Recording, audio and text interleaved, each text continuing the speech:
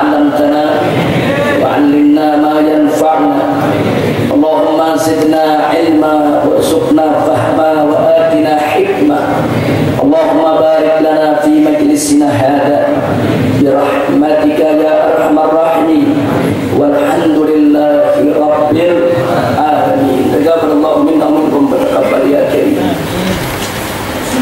فضيلة الأحباب الشرفاء والمشايخ الفضلاء والعلماء الكرماء وجميع الحاضرين الأحباء الأعزاء رحمكم الله. أوصيكم جميعا ونفسي بتقوى الله وبطاعة رسول الله صلى الله عليه وسلم. فنسأل الله سبحانه وتعالى أن يهدينا إلى صراطه المستقيم ويجعلنا من المتقين ويدخلنا جنته جنة النعيم بحق سيد المرسلين والحمد لله رب العالمين. Kepada segenap kaum muslimin dan muslimat yang hadir di majelis Markas Syariah di Petamburan ini maupun para pendengar radio streaming FPI, radio Wadi, radio Silaturrahim, pada kesempatan pagi hari ini semoga kita semuanya mendapatkan rahmat dan barakah dari Allah Subhanahu wa taala. Ahibahil kiram, sesuai dengan yang sudah kita jadwalkan sejak beberapa bulan yang lalu dan baru hari ini akan kita paparkan satu pertanyaan yang cukup menggelitik bagi banyak kalangan, khususnya kalangan muda, tentang apakah betul para habaib di Indonesia adalah keturunan Rasulullah Sallallahu Alaihi Wasallam. Kalau betul, apa buktinya? Kalau betul, bagaimana cara mempertanggungjawabkannya? Nah, pengajian kali ini akan kita bagi menjadi dua. Bagian yang pertama, saya yang akan memaparkan tentang urutan bagaimana keturunan Rasulullah SAW itu berdasarkan bukti-bukti yang otentik masih ada wujudnya sampai hari ini, bahkan sampai kedatangan Imam Mahdi nanti. Nanti di bagian kedua pembahasan tentang khusus tentang aneka ragam dari keluarga besar para habaib yang ada di Indonesia untuk kita mengenal lebih dekat bagaimana pencatatan mereka, bagaimana pembuktiannya tentang hubungan mereka dengan para habaib datu-datunya dari Yaman maupun dari Mekah sana. Itu akan dipaparkan nanti oleh Al-Habib Ali Zainal Abidin As-Sagaf.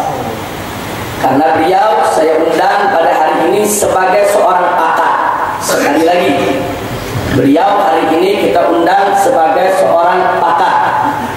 Beliau beberapa kali diundang untuk menghadiri konferensi NASA, baik tingkat nasional maupun tingkat internasional. Karena itu rugi sekali kalau ilmunya tidak kita ambil pada kesempatan hari ini. Jadi kita bagi dua. Nah, sekarang kita langsung mulai untuk menghemat waktu. Silakan semua perhatikan yang ada di papan tulis. Nah, bagi mereka yang mencatat nanti bisa mencatat. Kita mulai. Eksistensi habaib. Benarkah habaib Indonesia keturunan Rasulullah Sallallahu Alaihi Wasallam? Untuk menjawab ini, Ada 9 persoalan yang harus kita paparkan. Yang pertama tentang fitnah abtar.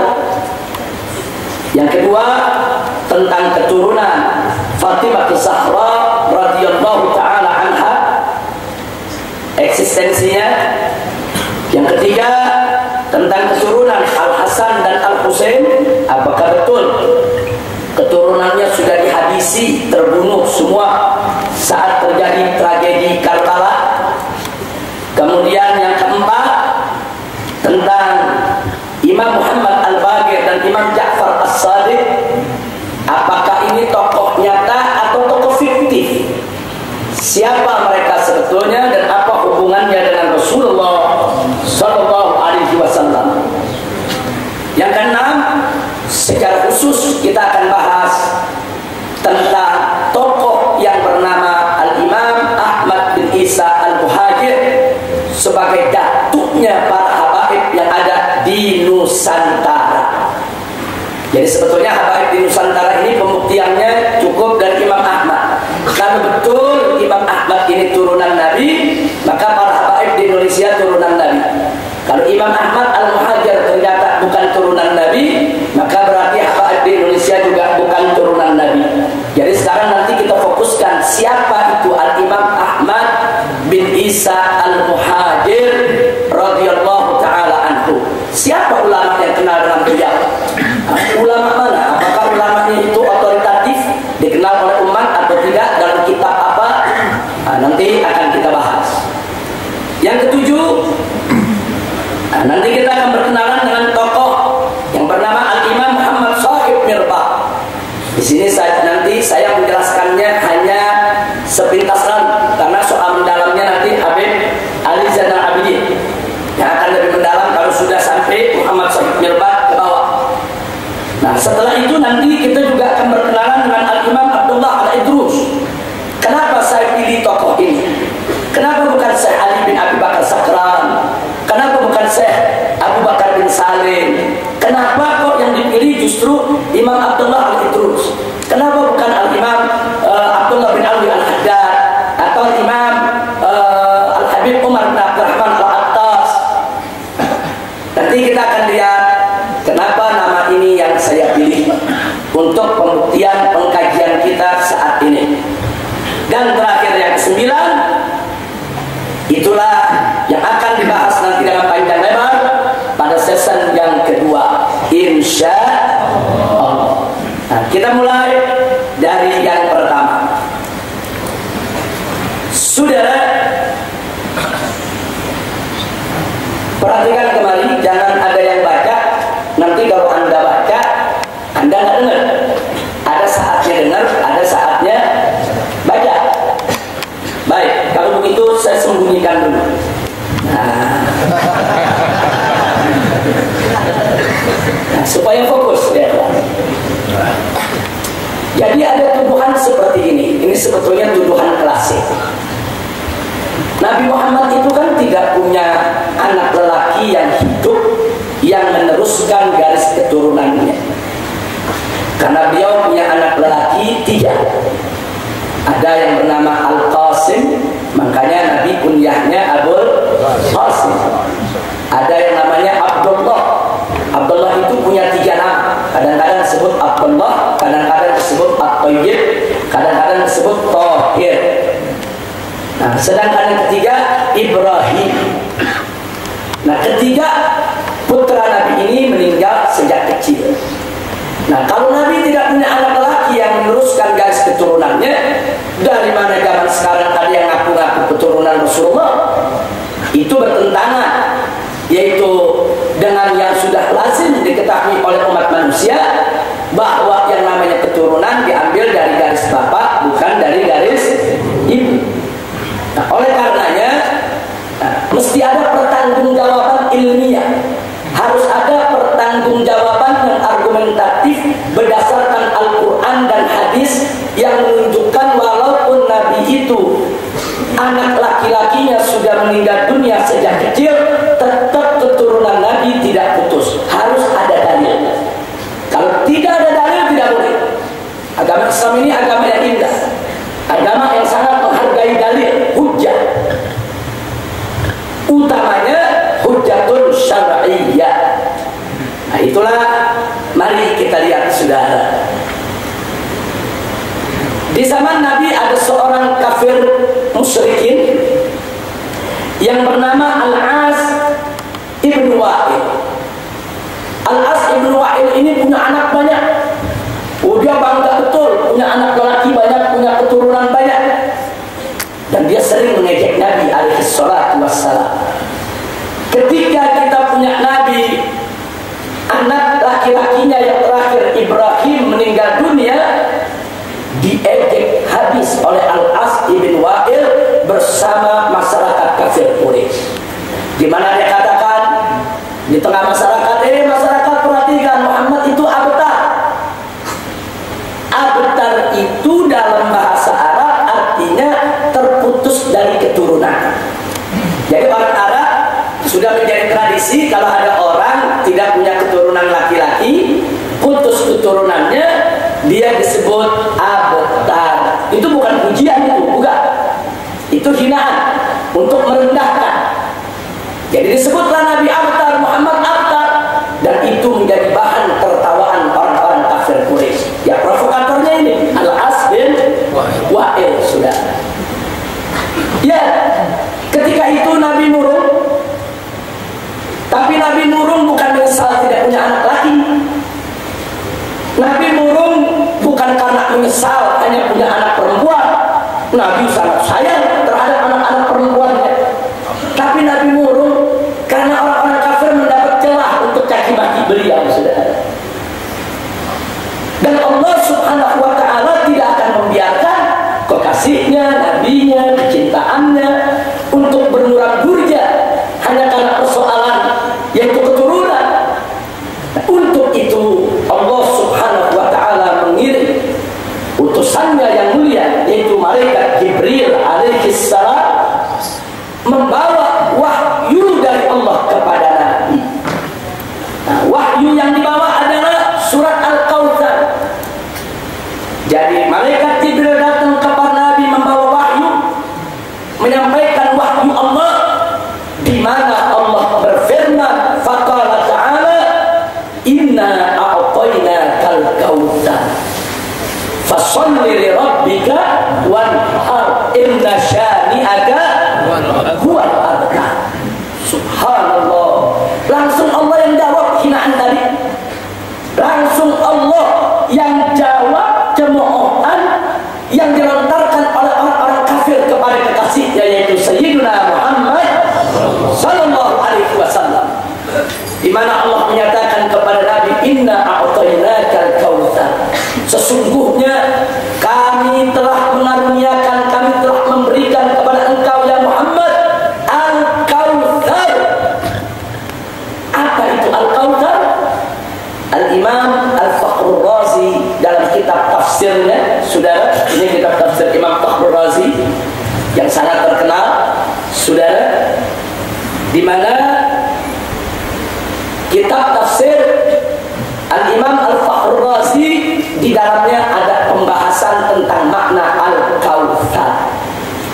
Saya ringkaskan di depan Anda, sudah terpampang di layar, di mana Al-Imam Fakhrur Razi dalam tafsirnya menyebut ada 15 makna untuk kata Al-Kautsar. Ada 15 makna, 15 tafsir. Yang pertama, ismu nahrin fil jannah, nama sungai di surga. Jadi kalau Anda nanti baca tafsir ada mengartikan Al-Kautsar itu sungai di surga, jangan kaget, memang ada tafsir semacam itu. Yang kedua, haud, itu kolam milik Nabi di surga, yang itu merupakan sumber air daripada sungai yang ada di surga yang disebut tadi, saudara. Yang ketiga, ada lagi yang mengartikan yang dimaksud Al-Kautsar adalah auladun Nabi, anak cucu Nabi. Jadi tafsirnya, sesungguhnya kami telah berikan kepada engkau ya Muhammad Al-Kautsar. Kalau yang pertama, kami beri suatu sungai di surga, namanya Al-Kautsar.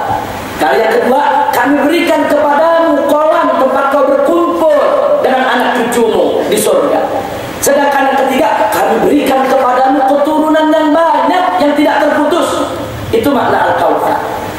Makanya saya berikan warna merah. Saya bedakan dengan yang lain karena itu yang akan kita bahas. Jadi artinya saya hanya ingin menunjukkan bahwa kata Al-Kautsar diartikan anak cucu Nabi itu bukan mengada-ada. Itu bukan karangannya habaib, bukan. Itu memang pendapat para mufassirin, pendapat para ahli tafsir.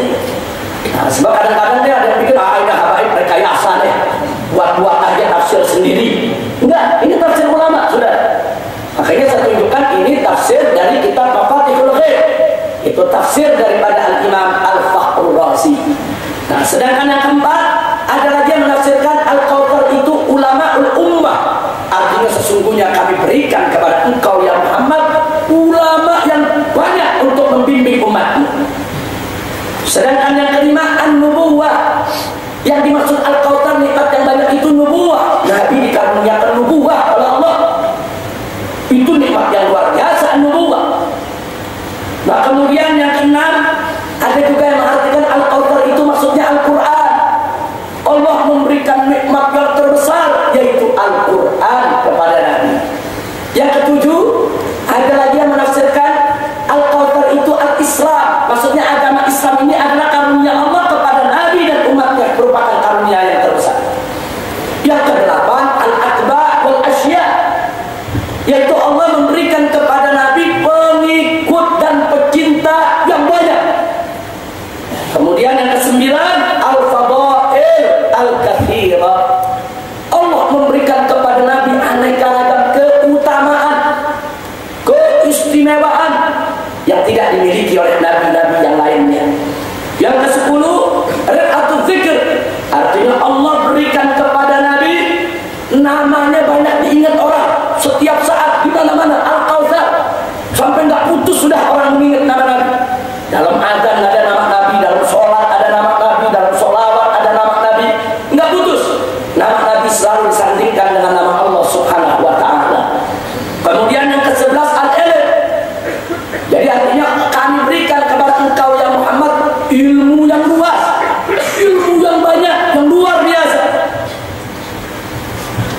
Jadi itu ilmu juga merupakan salah satu karunia Allah kepada Nabi. Sedangkan yang ke-12 Al-Khuluqul Hasan. Jadi artinya ditafsirkan sesungguhnya kami berikan kepada engkau Al-Kautsar ya Muhammad yaitu Al-Khuluqul Hasan, akhlak yang begitu baik, akhlak yang begitu mulia dan agung sampai Nabi menjadi manusia yang termulia akhlaknya. Sementara yang ke-13 Al-Maqamul Mahmud yaitu Asy-Syafa'ah.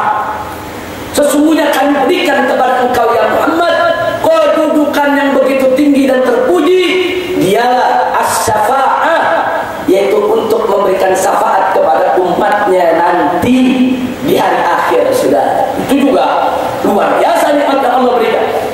Kemudian yang ke-14 yang dimaksud Al-Kautsar ya surat Al-Kautsar itu sendiri. Maksudnya aku berikan kepada engkau ya Muhammad surat Al-Kautsar ini. Sedangkan yang ke-15 Jami' ni'amillah, digabungin semua sudah. Jadi kata Imam Fakhrur Razi dalam kitabnya ini nggak ada salah, 15 ini benar semua. Emang Nabi dapat itu semua sudah. Artinya Allah katakan kami berikan kepada engkau ya Muhammad nikmat yang banyak yang tidak terputus. Nikmat ada sungai di sorga, ada kolam di sorga, anak cucu yang tidak terputus, ulama yang banyak yang akan menjaga umat Nabi, nikmat kenabian, nikmat Quran, nikmat Islam, nikmat pengikut yang begitu banyak, nikmat keutamaan-keutamaan, nikmat nama yang selalu disebut oleh umatnya sepanjang zaman, nikmat ilmu, nikmat akhlak yang agung, nikmat syafaat, nikmat surat Al-Kautsar, semua nikmat Allah berikan kepada Nabi. Berarti di dalamnya termasuk nikmat punya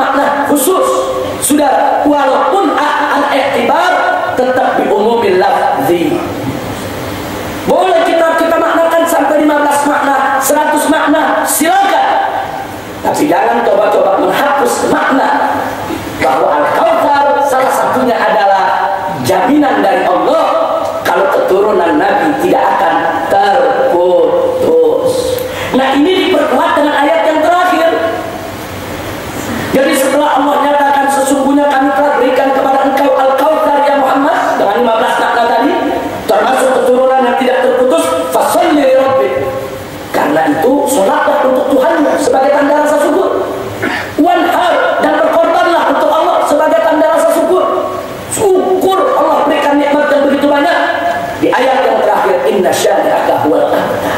Sesungguhnya orang yang membencimu ya Muhammad, yang mencaci makimu, yang menghinamu, yang mencemoohkanmu, yang mengatakan engkau itu abtar, huwal abtar, dia yang abtar, bukan engkau.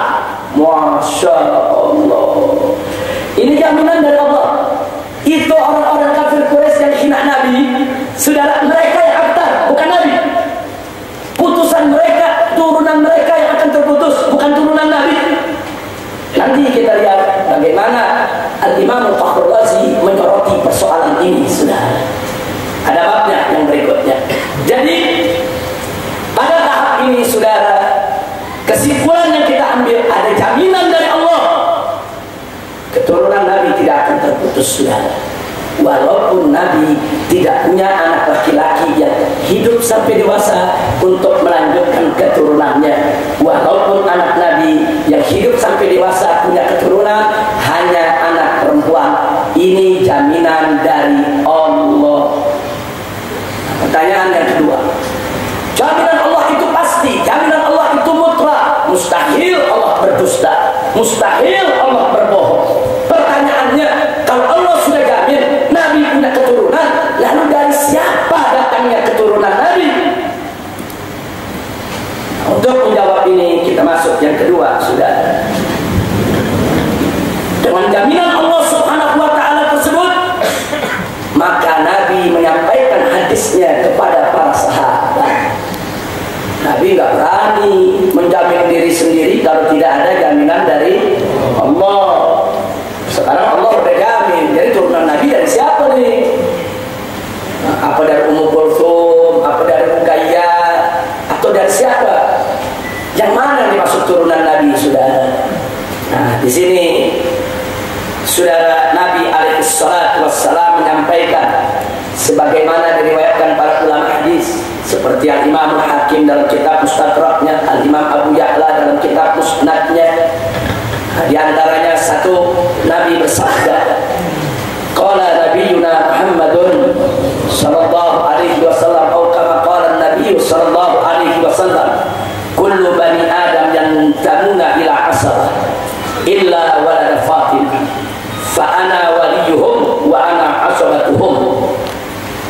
Saudara, kata Nabi, setiap anak keturunan Adam itu dinisbahkan kepada asobahnya, garis laki-laki, illa walada Fatimah, kecuali anaknya Fatimah.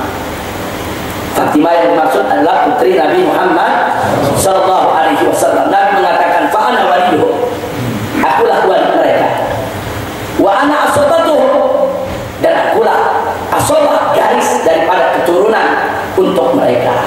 Ini hadis, saudara. Jadi bukannya para habaib narang-narang, bukan habaib ngaku-ngaku, oh kita keturunan Nabi dari Fatimah Zahra. Enggak boleh habaib ngaku begitu kalau nggak ada hadis Nabi, saudara. Enggak boleh habaib ngaku begitu kalau nggak ada jaminan dari Allah, saudara. Tapi karena ada jaminan dari Allah, ada jaminan dari Rasul, habaib pun nggak boleh nolak. Jadi kalau ada habaib yang bicara bahwa kami keturunan Rasulullah, bukan mereka ngaku-ngaku. Tidak, tapi ini merupakan sesuatu yang sudah dijamin, ditetapkan oleh Allah dan Rasulnya.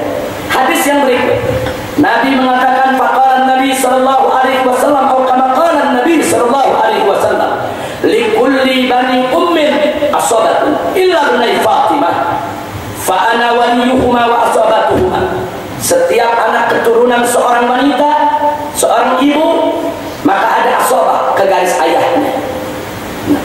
Illa ibnai Fatimah, kecuali kedua anak Fatimah. Fa'ana waliyuhuma, akulah ayah dari kedua anak tersebut, maksudnya Al-Hasan wal Husain, dan akulah asobah mereka. Ini hadis Nabi, saudara. Dan di hadis yang lain lagi, Nabi alaihi salatu wassalam menyampaikan sebagaimana disebutkan dalam kitab Kanzul Ummah, juz ke-6, halaman 216.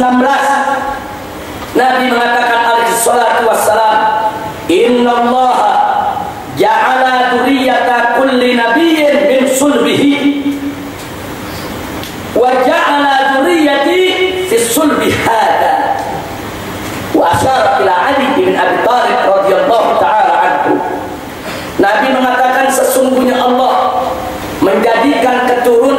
setiap nabi dari tulang sulbinya, dari sulbi keturunannya. Nah kemudian kata Nabi, wa ja'ala dzurriyyati, dan Allah menjadikan dzurriyyaku fi sulbi hada, di tulang sulbi orang ini. Siapa yang ditunjuk oleh Nabi? Yang ditunjuk oleh Nabi adalah Ali bin Abi Thalib. Nah, jadi lagi-lagi saudara, ini penjelasan. Jadi bukan satu hadis, ada banyak dan beberapa hadis Nabi sampaikan itu. Ini sebagai penjelas isi kandungan Al-Kautsar tadi. Al-Kautsar menjamin turunan Nabi tidak akan putus.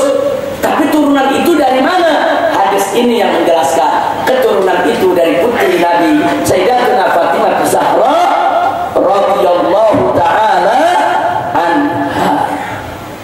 Nah kemudian kita lihat lagi hadis yang lainnya. Nabi mengatakan, kullu sababin wa nasabin yanqati'u yaumal qiyamah ma khala sababi wa nasabi, wa kullu bani untha asabatuhum li abihim ma khala walada Fatimah fa inni abuhum wa asabatuhum.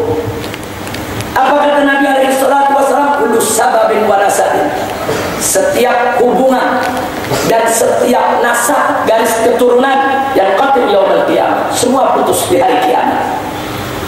Makhala sababi wa nasabi, kecuali hubunganku dan nasabku, kata Nabi. Wa kullu bani untha, dan setiap anak wanita, itu anak dari seorang wanita, anak dari seorang ibu, saudara. Di sini dikatakan asobatuhum li abihim, maka garis asobah mereka ke bapak mereka, bukan ke ibu mereka. Ma walada Fatimah, kecuali dua putra Fatimah. Fa inni abuhum, aku adalah ayah mereka dan aku adalah asobah mereka. Yang menarik, ketika Sayyidina Umar bin Khattab radhiyallahu anhu di akhir kepemimpinannya, ketika usianya sudah mulai senja, sudah tua umurnya, sudah datang ke Sayyidina Ali bin Abi Thalib radhiyallahu taala anhu untuk melamar Ummu Kulthum. Siapa itu Ummu Kulthum? Putri Siti Fatimah yang paling bungsu, masih gadis, remaja. Dilamar oleh Sayyidina Umar kepada Sayyidina Ali. Sayyidina Ali menjawab kepada Sayyidina Umar, ya Umar, innahu saghira, innaha saghira. Aku punya anak ini masih kecil, baru gede. Tapi apa dikatakan oleh Sayyidina Umar? Wallahi, demi Allah, aku melamar kau punya putri bukan karena muda atau cantiknya, bukan karena hawa nafsu, tapi aku mendengar hadis dari Nabi, setiap hubungan dan setiap nasab terputus di hari kiamat kecuali hubunganku. Karena itu aku melamar putrimu ya Ali, hanya untuk menjamin hubunganku tidak putus dengan Nabi dengan menikahi salah seorang cucunya. Sayyidina Umar Quraisy, saudara, jangan lupa ya, Sayyidina Umar juga termasuk bangsa Quraisy. Sayyidina Ali juga Quraisy. Quraisy dengan Quraisy satu kufu, saudara. Apalagi ketika itu memang turunan Nabi belum banyak, masih terbatas sekali. Nah, karena itu alasan Sayyidina Umar, akhirnya lamaran tersebut diterima oleh Sayyidina Ali. Karena alasannya alasan akhirat, alasannya alasan agama, alasannya bukan alasan hawa nafsu, saudara. Begitu dinikahkan, apa Sayyidina Umar mengatakan kepada para sahabat, ala tuhannun, ala tuhannun. Nabi, kata Sayyidina Umar, apakah kalian tidak mengucapkan selamat kepadaku? Sahabat, kalian tidak mengucapkan selamat kepadaku. Sami'tu Rasulullah yaqul, aku mendengar sendiri Nabi bersabda, yang qatu yaumil qiyamah kullu sababin wa nasabin, setiap hubungan dan nasab terputus hari kiamat, illa sababi wa nasabin, kecuali hubunganku dan nasabku. Nah, jadi di sini saudara, berdasarkan hadis-hadis ini ada bukti bagaimana Sayyidina Umar sendiri mengakui, Sayyidina Ali sendiri mengakui bahwa turunan Fatimah adalah turunan Nabi Muhammad sallallahu alaihi wasallam. Itu pengakuan ini merupakan bagian daripada Al-Khulafaur Rasyidin. Ini punya kedudukan tinggi di dalam urusan argumentasi sebagai hujjatun syar'iyyah. Oleh karena itu saudara, ijma, sepakat semua sahabat Nabi, sepakat semua tabi'in, sepakat semua tabi'in, sepakat seluruh ulama dari mazhab manapun, mau Sunni, mau Syiah, saudara, tidak ada perbedaan bahwa anak keturunan Fatimah Zahra itulah yang dimaksud keturunan Nabi Muhammad sallallahu alaihi wasallam. Nah, jadi kalau zaman sekarang ada yang coba-coba mengatakan turunan Fatimah Zahra bukan turunan Nabi, berarti dia sudah melanggar Al-Quran, berarti dia sudah menolak hadis Nabi, dan berarti dia sudah menolak ijma ulama. Dan itu berbahaya. Kalau itu dia lakukan dengan sengaja, sudah. Lain halnya kalau dia bodoh, lain halnya kalau dia tidak tahu apa-apa. Ma'zur, orang bodoh, sudah. Tapi kalau itu dilakukan dengan sengaja, hati-hati. Itu bisa mengantarkan kepada kekufuran. Karena menolak yang qat'i dari Al-Quran, menolak yang qat'i dari hadis Nabi, menolak yang sudah diijma sepakatkan oleh ulama. Dan itu merupakan sumber hukum bagi ahlus sunnah wal jamaah. Al-Quran, as-sunnah, al-ijma, tiga-tiganya sepakat bahwa turunan Fatimah Zahra adalah turunan Nabi alaihi salatu wassalam. Baik, sekarang kita masuk yang ketiga, informasi sejarah. Saudara, Anda boleh buka kitab tarikh yang mana saja. Anda boleh buka kitab tarikh Ibn Katsir yang judulnya Al-Bidayah wan Nihayah. Anda boleh buka kitab tarikh saudara Ibn Katsir yang judulnya Al-Kamil fit Tarikh. Anda boleh juga buka tarikh Ibn Khaldun. Anda boleh buka tarikh Al-Dhahabi. Anda boleh buka tarikh Ibni Asakir. Anda boleh buka tarikh Al-Khatib Al-Baghdadi. Anda boleh buka seluruh kitab tarikh yang mana saja. Makanya di sini saya tidak sebutkan lagi satu persatu itu kitab, sudah. Di mana dalam kitab-kitab tarikh tersebut disebutkan tentang anak keturunan Sayyidina Hasan dan Sayyidina Husain. Artinya sejarah mencatat Sayyidina Hasan itu memang ada, dan Sayyidina Hasan itu memang punya anak, mau laki mau perempuan, dicatat oleh sejarah, sudah. Nah, di antaranya yang tercatat, Sayyidina Hasan punya 11 putra dan 1 putri. Nama-namanya, yang putra Abdullah, Qasim, Al-Hasan Al-Muthanna, Zaid, Umar, Abdullah, Abdurrahman, Ahmad, Ismail, Husain, Agir, dan yang perempuan bernama Ummu Hasan. Ini yang dicatat oleh sejarah. Dari 12 nama ini, hanya 1 yang punya keturunan sampai hari ini, saudara. Dialah Al-Imam Sayyidina Hasan Al-Muthanna. Ini kakek daripada Muhammad An-Nafsus Zakiyah yang pernah melakukan perlawanan terhadap penguasa yang zalim di zaman beliau. Dan beliau yaitu memimpin umat untuk melakukan perlawanan terhadap kezaliman penguasa. Dan ketika itu Al-Imam Malik memberikan baiat dan mendukung beliau, sudah. Bahkan Al-Imam Malik menyuruh semua pengikutnya, muridnya, berikan baiat kalian kepada Muhammad An-Nafsus Zakiyah, ikut kalian berjuang bersama Muhammad An-Nafsus Zakiyah, dan seterusnya. Artinya sejarah menjadi saksi, sejarah menjadi bukti. Ada keturunan Sayyidina Hasan yang hidup di zaman Imam Malik, memimpin umat melakukan perlawanan terhadap penguasa zalim. Ini bukti kalau turunan Sayyidina Hasan tidak habis terbunuh di padang Karbala. Kalau keturunan Sayyidina Hasan terbunuh di padang Karbala, dari mana itu Muhammad Nafsus Zakiyah lahir? Jadi kita mesti cerdas untuk membaca sejarah dan menjadikannya sebagai bukti kalau turunan Sayyidina Hasan tetap ada. Tidak benar tuduhan yang mengatakan keturunan Sayyidina Hasan ikut pamannya Sayyidina Husain dan semua terbunuh di padang Karbala. Tidak betul. Nah, jadi silakan baca tuh kitab-kitab tarikh yang tadi sudah saya sebutkan, sudah baca. Di sana ada judul-judulnya tentang Sayyidina Hasan,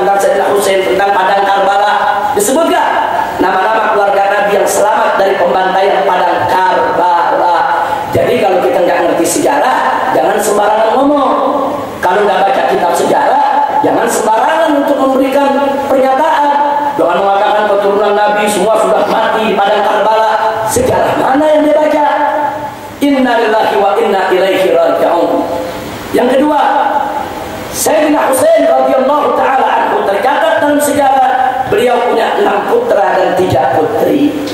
Putranya adalah yang pertama Muhammad, kedua Ja'far, ketiga Abdullah, keempat Ali al-Akbar, kelima Ali al-Awsat, keenam Ali al-Asghar, ketujuh Zainab, kedelapan Sukainah, kesembilan Fatimah. Dari anak-anak beliau ini, saudara, yang selamat dari pembantaian Karbala, padahal dia hadir di padang Karbala, ada di padang Karbala, diselamatkan oleh Allah Subhanahu wa taala, dialah Ali al-Awsat yang kita kenal dengan nama Ali Zainul Abidin. Namanya Ali Zainul Abidin, julukannya Zainul Abidin, hamba yang bagus, hamba yang zain, saudara, hamba yang thayyib. Nah, dijuluki juga As-Sajjad. Kenapa dijuluki As-Sajjad? Karena banyak sujudnya kepada Allah Subhanahu wa taala. Nama aslinya Ali al-Awsat. Inilah datuknya para habaib dari garis keturunan Sayyidina Husain. Nah, jadi Ali al-Awsat ini selamat, tidak terbunuh. Namanya ada di seluruh kitab-kitab tarikh, saudara. Saya tidak sebutkan di sini kitab-kitab tarikh. Kalau saya tulis nggak muat. Kitab tarikhnya ada ratusan, ada ribuan kitab. Saya tulis itu judul semua nggak muat di sini. Nah, jadi Anda baca kitab tarikh yang mana saja, tapi ingat, kitab tarikh yang menjadi yang otoritatif, anti otoritatif, kitab tarikh yang menjadi marji, yang muktamad, yang menjadi rujukan, seperti Tarikh Ibn Katsir, Tarikh Ibn Athir, itu otoritatif, Tarikh Ibn Khaldun, dan seterusnya. Silakan baca. Semua nama-nama ini disebutkan, dan juga disebutkan bahwa mereka lah yang melanjutkan keturunan Nabi kita Sayyidina Muhammad sallallahu alaihi wasallam. Karenanya saya tulis di atas, sepakat ahli sejarah bahwa keturunan Nabi sallallahu alaihi wasallam tidak semua terbunuh di padang Karbala. Ya, mereka banyak yang terbunuh di padang Karbala. Ya, mereka banyak yang dibantai di padang Karbala. Ya, itu sudah kita paparkan pada tahun yang lalu di majelis ini pada saat kita bicarakan tentang tragedi Karbala ketika kita memperingati Asyura tanggal 10 Muharram. Nah, saya sudah paparkan itu dalam panjang lebar, jadi saya tidak perlu ceritakan lagi kejadiannya. Yang keempat, sekarang mari kita lihat tentang Al-Imam Muhammad Al-Baqir, putra dari Imam Ali Zainal Abidin. Tadi kita sebut nama Ali Zainal Abidin yang paling bawah, berarti kan? Itu Imam Ali Zainal Abidin, saudara, punya anak namanya Muhammad Al-Baqir. Baqir, saudara. Jadi kita mesti cari bukti. Mana buktinya Al-Baqir itu Ahlul Bait, turunan daripada Ali Zainal Abidin? Mana pengakuan ulama kalau dia merupakan a'immah daripada Ahlul Bait? Kemudian Muhammad Al-Baqir punya anak lagi, Al-Imam Ja'far As-Shadiq. Ini juga kita mesti cari bukti. Mana buktinya kalau As-Shadiq itu adalah anak Al-Baqir dan kedua-duanya merupakan ulama besar dari kalangan keluarga Nabi? Nah, ini mesti kita cari, saudara. Ternyata lagi-lagi nggak usah repot-repot cari, saudara. Anda buka semua kitab tarikh yang saya sebutkan tadi, nama kedua orang ini, saudara, ada di hampir seluruh kitab sejarah yang ada. Tidak ada satu ulama tarikh pun yang meluputkan nama kedua orang ini. Kenapa? Karena kedua orang ini kasyams. Kedua orang ini bagaikan matahari. Artinya bagaikan matahari, namanya dikenal, orangnya dikenal, ilmunya dikenal, akhlaknya dikenal, pengikutnya juga banyak di mana-mana. Mustahil ahli sejarah tidak kenal dia, saudara. Oleh karena itu, semua kitab tarikh ada menyebut nama Al-Imam Muhammad Al-Baqir dan Al-Imam Ja'far As-Shadiq radhiyallahu ta'ala anhuma. Salah satunya di kitab tafsir saja, jangan kitab sejarah. Kitab tafsir saja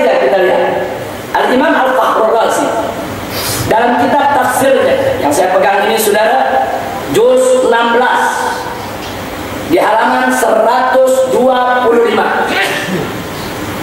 Apa beliau katakan di sini? Begitu beliau lagi bahas pendapat yang ketiga, Al-Kautsar itu artinya auladun Nabi, anak cucu Nabi, saudara. Apa beliau katakan? Qalu, para ulama itu berkata, li'anna hadhihi surah, kenapa Al-Kautsar diartikan anak keturunan Nabi? Qalu, para ulama itu berkata dengan alasan li'anna hadhihi surah, karena surat ini innama nazalat, sesungguhnya turun raddan ala man abahu alaihi salam bi adamil aula, sebagai rad, sebagai jawaban terhadap orang yang menghina Nabi, mencemohkannya di mana Nabi tidak punya, yaitu anak laki-laki yang umurnya panjang.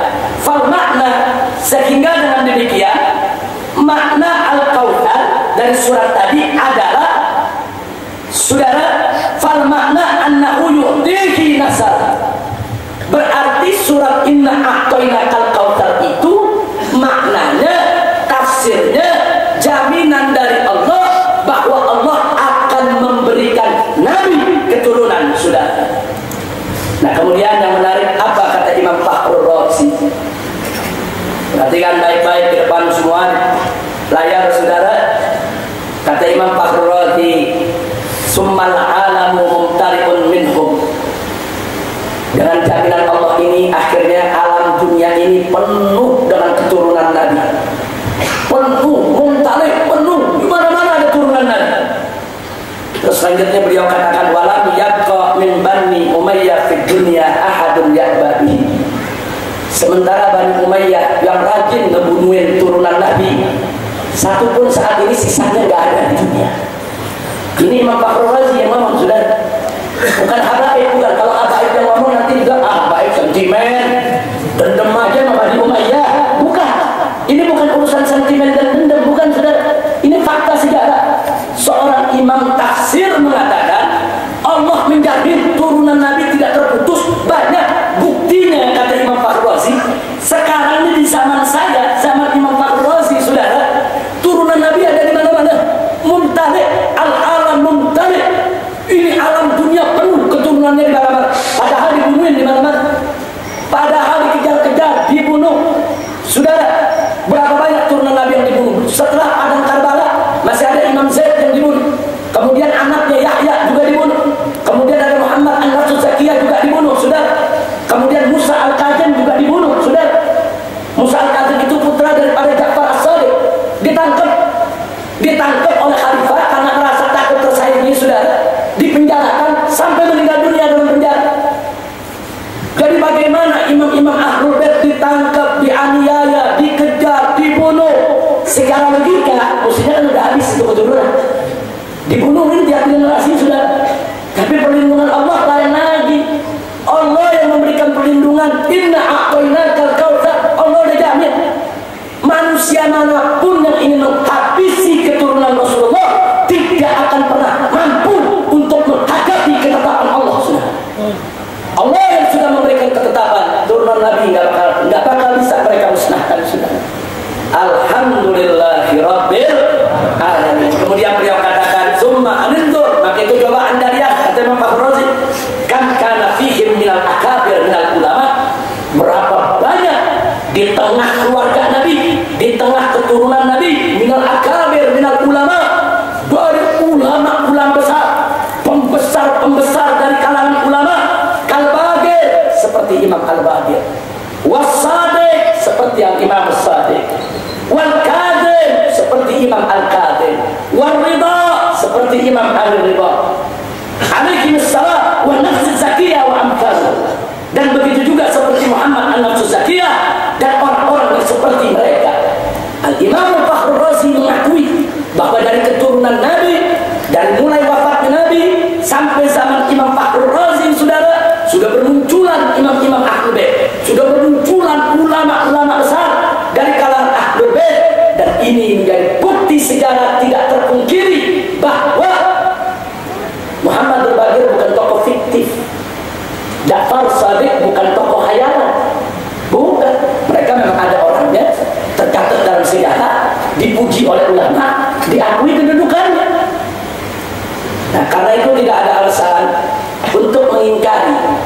bahwa Fatimah Zahra melanjutkan keturunan Nabi. Al-Hasan Al-Husain, keturunan mereka disebut keturunan Nabi. Turunan Al-Hasan Al-Husain tidak habis terbunuh di padang Karbala. Kemudian yang selamat dari padang Karbala diantaranya Ali Zainal Abidin, ada dalam sejarah. Ali Zainal Abidin punya anak Muhammad Al-Baqir, ada dalam sejarah. Muhammad Al-Baqir punya anak Ja'far Shadiq, ada dalam sejarah.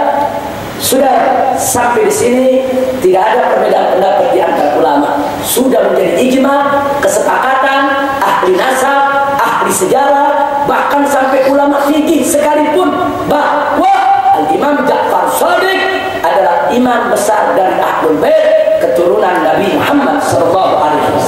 Dan menariknya, Al-Imam Ja'far Shadiq adalah sahabat karib Imam Abu Hanifah. Nah, Imam Abu Hanifah kan Imam Ahlus Sunnah wal Jamaah. Ja'far Shadiq ini sahabat karibnya. Sampai Imam Abu Hanifah juga banyak menimba ilmu dari beliau. Dan Imam Abu Hanifah sering diajak oleh Imam Ja'far Shadiq duduk hadir di majlis Al-Imam Muhammad Al-Baqir. Sudah. Nah, jadi artinya apa? Kesaksian ulama-ulama salaf cukup menjadi hujjah buat kita bahwa ya, Imam Ja'far Shadiq memang keturunan Nabi alaihi salatu wassalam. Sekarang yang kelima, ini yang perlu pembuktian detail, sudah. Jadi tadi kalau sampai Imam Ja'far Shadiq udah ada keraguan, udah. Imam Ja'far Shadiq turunan Nabi. Sekarang muncul pertanyaan. Apa betul di antara anak Al-Imam Ja'far Shadiq ada anak yang bernama Ali? Ali Al-Quraidi ini memang kurang dikenal, tidak stop abangnya. Abangnya Imam Musa Al-Qadir, ulama besar. Karena Ali ini anak bungsu, masih kecil, sempat belajar sedikit dari bapaknya. Beliau lebih banyak belajar dari kakaknya, sudah. Dalam sejarah disebut beliau banyak belajar dari sang kakak, yaitu Al-Imam Musa Al-Qadir. Sudah. Bahkan beliau ikut jihad bersama salah satu abangnya yang bernama Muhammad. Abangnya ada bernama Muhammad itu Ja'far Shadiq. Itu angkat senjata, melakukan perlawanan terhadap pemerintah zalim. Dan Al-Imam Ali Al-Quraidi ikut bersama kakaknya angkat senjata, mempertahankan Mekah, mempertahankan Madinah, mempertahankan umat daripada gangguan orang-orang yang ingin merusak ajaran Allah Subhanahu wa ta'ala. Nanti kita lihat fakta sejarahnya, sudah.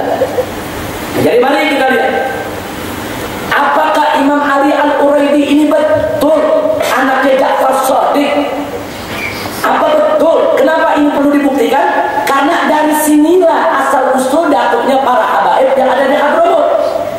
Kalau Imam Ali Quraidi tidak bisa kita buktikan sebagai putra daripada Imam Ja'far Shadiq, berarti para habaib yang dari Hadramut semuanya bukan turunan Nabi. Jadi ini mesti dipertahankan dulu, betul gak ini Al-Imam Ali Al-Quraidi ini? Sudah daripada keturunan anak daripada Al-Imam Ja'far Shadiq. Untuk melihatnya, subhanallah, ternyata namanya saudara terabadikan sebagai perawi hadis. Jadi kalau kita buka kitab hadis, kita buka kitab ilmu jarh wa ta'dil, muncul ini nama, sudah. Di antaranya mari kita lihat di dalam Musnad Imam Ahmad juz 1 halaman 77 hadis ke-576, dan juz 2 halaman 693 hadis ke-1185, Imam Ahmad menyebutkan nama Ali saudara bin Ja'far As-Shadiq bin Muhammad Al-Baqir bin Ali Zainal Abidin ibn Al-Husain ibn Ali ibn Abi Thalib. Ternyata Imam Ahmad sendiri menyebutkan, aku dapat hadis dari guruku dapat hadis, dia mengatakan akhbarani Ali.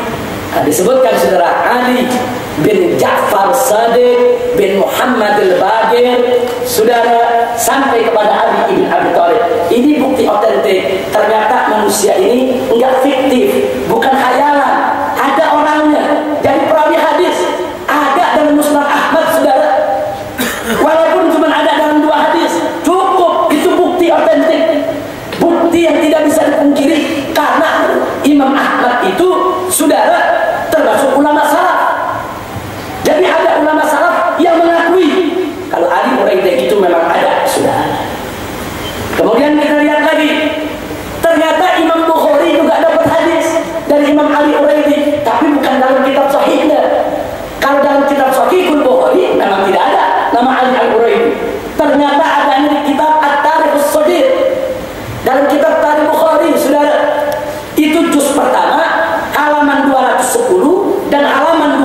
79 Imam Bukhari menceritakan tentang beberapa kejadian yang berkaitan dengan Ahlul Bait bersumber dari Imam Ali Al-Quraidi.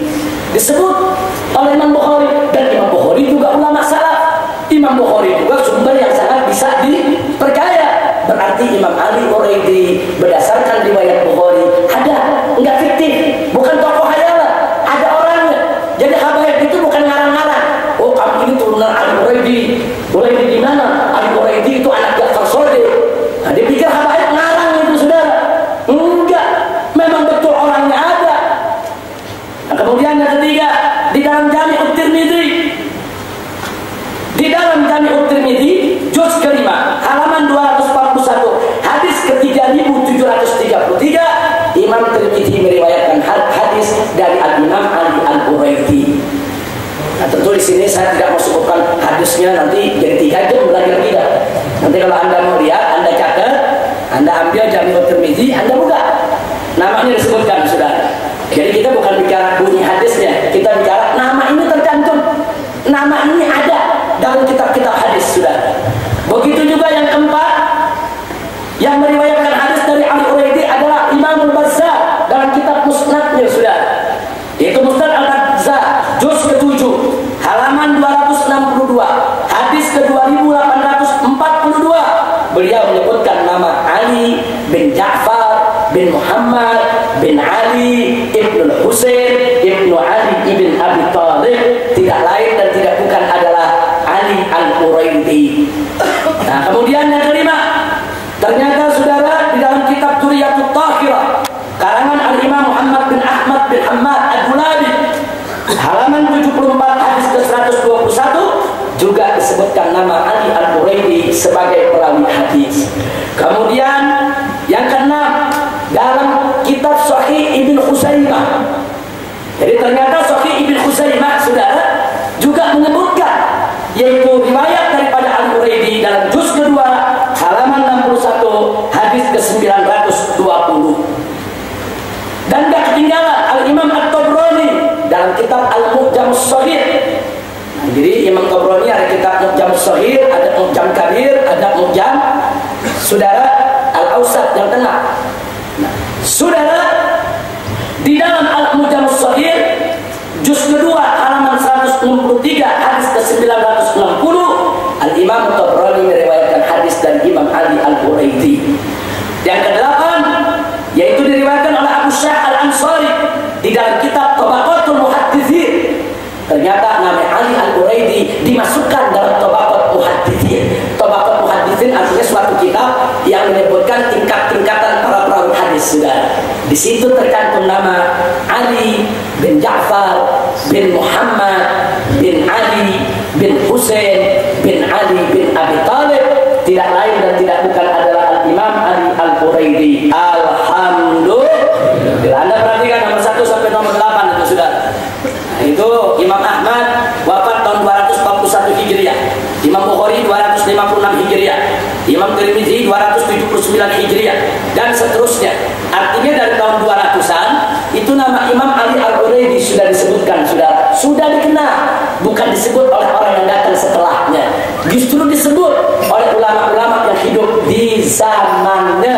Tidak ada kesaksian yang lebih bagus daripada kesaksian ahli tarikh yang hidup sesama dengan orang yang dipersaksikan, saudara. Jadi dengan demikian, saudara, ini sudah menjadi dalil yang sangat kuat bahwa Imam Al-Quraidi betul anak Imam Ja'far As-Shadiq. Alhamdulillah. Sebagai tambahan, masih ada yang ke-9. Riwayat Hakim dalam kitab Mustadrak juz 3 halaman 188 hadis ke-4802. Begitu juga yang ke-10, kitab daripada Hilyatul Auliya karangan Abu Nu'aim Al-Asfahani, juz ke-3 halaman 199 juga menyebut Imam Ali Al-Quraidi. Yang ke-11, Al-Imam Al-Baihaqi dalam kitab As-Sunanul Kubra di juz ke-7 halaman 41 hadis ke-13.064 juga menyebut nama Ali Al-Quraidi. Begitu juga yang ke-12, yaitu Al-Khatib Al-Baghdadi ada meriwayatkan riwayat daripada Imam Al-Quraidi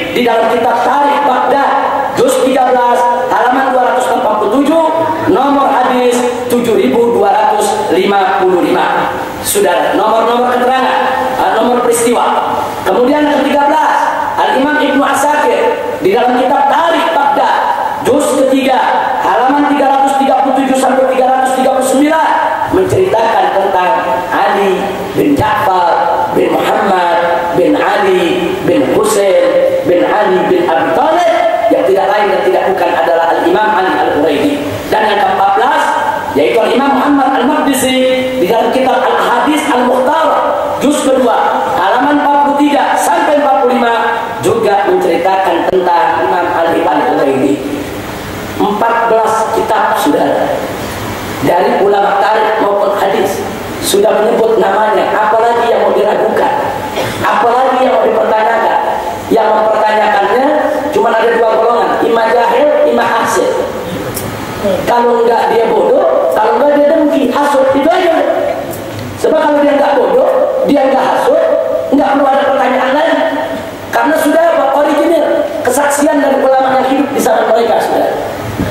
Nah kemudian baik riwayat jihadnya, bahkan kalau anda buka tarikh Al-Umam wal Muluk, tarikh Tabari di juz ke-10 halaman 234 dan tarikh Baghdad juz kedua halaman 113 dan kitab saudara, ini ada kitab di depan saya. Ini namanya kitab Maqatil At-Talibiyyin. Ini karangan saudara Abdul Farid Al-Asfahani. Di dalam 3 kitab yang kita sebutkan terakhir ini, bukan hanya nama yang disebut bagaimana Imam Ali Quraidi berjihad membela kakaknya yang bernama Al-Imam Muhammad bin Ja'far Shadiq yang mengangkat senjata perang melawan penguasa yang zalim. Disebutkan dalam kitab ini. Jadi bukan hanya sekedar nama. Mungkin kalau nama nanti orang bilang nama, yang lain kali sama. Ini bukan Ali Quraidi yang dimaksud oleh para habaib yang dari Hadramut. Mungkin Ali Quraidi yang lain kali. Ini yang dari Hadramut cuma ngaku-ngaku, enggak. Ini nama enggak ada iltibas sudah. Nama bisa iltibas kalau sekedar disebut nama begitu saja. Tapi kalau nama sudah disebut bin-binnya sudah, sampai ketemu Ali bin Abi Thalib, terus disebutkan peristiwanya, perilaku akan dikerjakan, sudah tidak ada iltibas lagi. Dialah Al-Imam Ali Al-Quraidi, putra kandung daripada Al-Imam Ja'far Shadiq, datuknya para habaib yang ada di Nusantara. Alhamdulillahirabbil alamin. Sebagai tambahan, Anda sekarang kita tarik sudah Al-Imam As-Sakhawi dalam kitab At-Tuhfatul Latifah fi Akhbar Madinah Asy-Syarifah juz 1 halaman 183 menulis nama Ali Al-Quraidi. Kemudian begitu juga Ibnu Umar Al-Hambali dalam kitab Sajaratul Dhahab fi Akhbar Madhab juz kedua halaman 24 menyebut nama Imam Ali putra daripada Imam Ja'far Shadiq. Kemudian Al-Imam Al-Yafi'i dalam kitab Bil'adul Jinan wa Ibratul Yaqadhan fi Ma'rifati ma yu'tabar min hawadits az-zaman juz kedua halaman 37. Begitu juga Imam Al-Mazri fi Tahdhibul Kamal fi Asma'ir Rijal juz 20 halaman 352. Begitu juga menyebut nama Imam Al-Quraidi yaitu Imam Al-Khazraji dalam kitab Khulasatul Tahdhibul Kamal fi Asma'ir Rijal hadis nomor saudara nama nomor 4954. Jadi nama itu dinomori satu persatu saudara. Nah kemudian masih ada lagi kitab Umdatul Talib fi Ansabi Al-Abi Thalib yang karangan Ibnu Ambah halaman 214. Ini kitab khusus mencatat anak cucu Abu Thalib saudara. Makanya nama judul kitabnya Umdatul Talib fi Ansabi Al-Abi Thalib. Semua keturunan Abu Thalib dimasukkan, termasuk keturunan Al-Hasan wal Husain, kedua putra dari Fatimah Zahra binti Rasulullah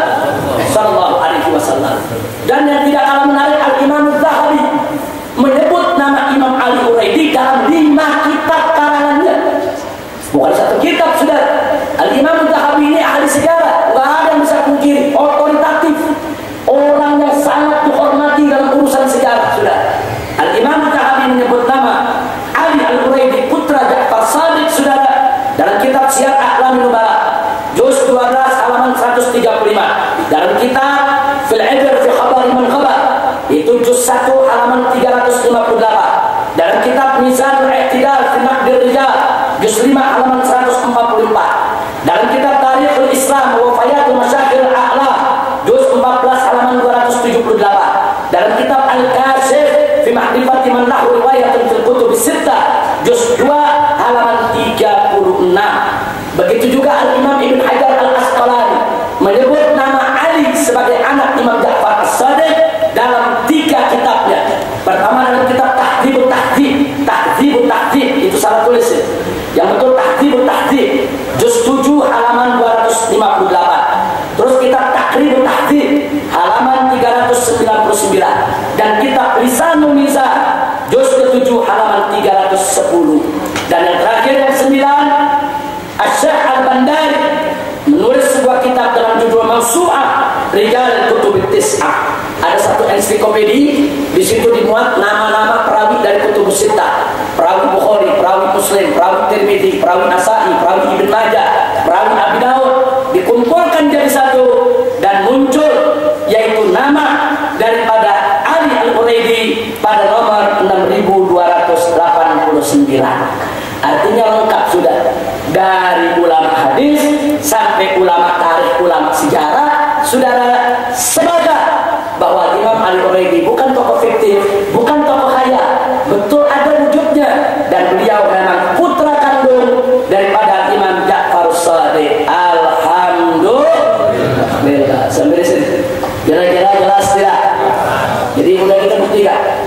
Jadi kita sudah buktikan Al-Imam Ali Al-Quraidi saudara adalah betul, yaitu seorang ulama dari keturunan anak kandung daripada Imam Ja'far Shadiq. Saya tunjukkan kita, ada satu kitab cukup bagus, judulnya Al-Imam Ali Al-Quraidi. Di sini bagian belakang dimuat saudara di tahun 2002, belum lama, 2002. Ini masjid Al-Imam Ali Al-Quraidi dan ini madrasahnya. Masih ada di kota Madinah. Al-Quraib, Quraib itu nama kampung di Madinah. Quraib itu nama kampung di pinggir Madinah, makanya disebut Quraidi. Beliau dirikan masjid dan beliau hidup sampai tahun 2002 ada. Ini masjidnya dan dijadikan madrasah. Ini masjidnya sudah dengan halaman-halaman madrasahnya. Dan ini lengkap masjidnya. Bahkan ini ada foto saudara Al-Habib Abdul Qadir bin Husain bin Saleh bin Syekh Abu Bakar bin Salim yang terakhir menjadi ketua pimpinan Masjid Al-Quraidi tahun 2002 kemarin. Beliau duduk jadi imam masjid, beliau duduk untuk rubahnya, ada rubah, ada pesantrennya sudah. Beliau duduk untuk menaikkan anak-anak kaum muslimin.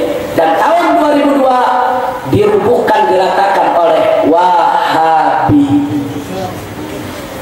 Jadi sekarang udah nggak ada lah masjidnya, wala madrasahnya saudara, wala kuburannya, semua sudah diratakan dengan tanah. Jadi artinya ternyata memang ada upaya-upaya untuk menghilangkan jejak, menghilangkan bukti. Kira-kira sudah jelas tidak ini? Baik. Nah sekarang saudara, setelah kita sampaikan tadi, akhirnya kita masuk saudara Al-Imam Muhammad Al-Imam Ahmad bin Isa Al-Muhajir. Siapa beliau?